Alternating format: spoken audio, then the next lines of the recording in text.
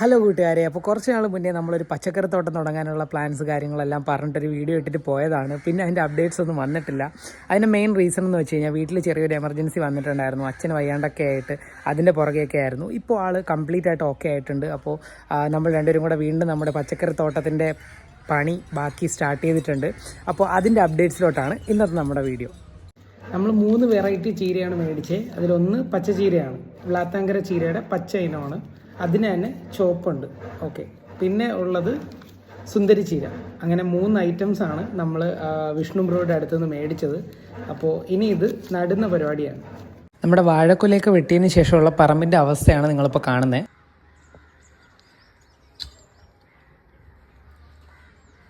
ചീരവിത്ത് പാകാനായിട്ട് നമ്മൾ പറമ്പിൻ്റെ ഏറ്റവും ലെഫ്റ്റ് സൈഡിലുള്ള മതിലിനോട് ചേർന്നുള്ള ഒരു ഭാഗമാണ് എടുത്തത്.